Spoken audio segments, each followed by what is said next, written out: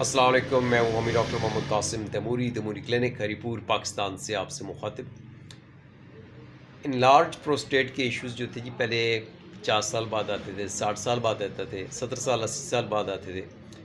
लेकिन अभी मैं देखने मेरी क्लिनिकल प्रैक्टिस में आ रहा है कि 30 साल, 35 साल, 36 साल, 38 साल के नौजवान भी प्रोस्टेट के इन्फेक्शन के साथ, इनलार्ज प्रोस्टेट के साथ आते हैं।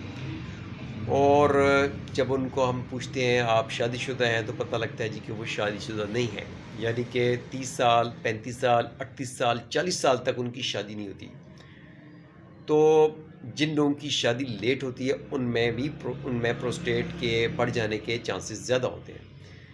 तो जितना जल्दी मुमकिन हो शादी करें।